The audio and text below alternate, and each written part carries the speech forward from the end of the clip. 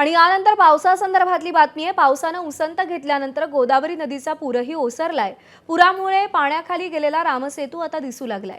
पुलावरचं पाणी कमी झालंय, मात्र पुराबरोबर वाहून आलेल्या पाणवेलींनी पुलाला वेढा दिलाय।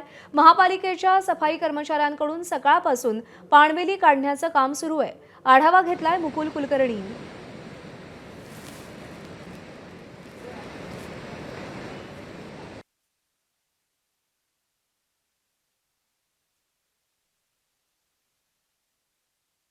मी आता रामसेतू पुलावर उभा आहे।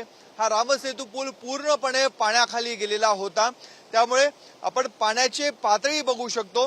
हे सर्व पाणवेली आहे, या पाण्याच्या प्रवाहाबरोबर वाहत आलेल्या होत्या आणि या पुलाच्या कथड्याला त्या अडकून गेलेल्या आहेत। नाशिक महानगरपालिकेचे कर्मचाऱ्यांच्या माध्यमातून जसं या पुलावरचं पाणी कमी झालं तेव्हापासूनच पाणवेली हटवण्याचं कार्य देखील मोठ्या प्रमाणामध्ये सुरू झालेलं आहे।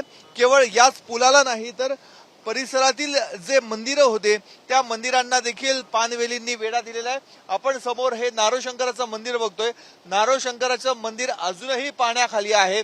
जो प्रवेशद्वार आहे ते प्रवेशद्वारही पाण्याखाली आहे, परंतु त्याला देखील पाणवेली लागलेला आपल्या निदर्शनास येते। गोदावरी नदीमध्ये पाणवेली वाढलेल्या आहेत आणि प्रत्येक पावसाळ्यामध्ये जेव्हा जेव्हा नदीला पूर येतो तेव्हा तेव्हा अशाच पद्धतीने या पाणवेली वाढलेल्या असतात आणि या पाणवेली काढण्याचं काम महापालिका प्रशासनाला करावं लागतं। त्यामुळे नाशिकची गोदावरी आता प्रवाहित झालेली आहे, पूर मोठ्या प्रमाणामध्ये आहे, परंतु गोदावरी प्रदूषण मुक्त करावी ही मागणी आजही कायम आहे।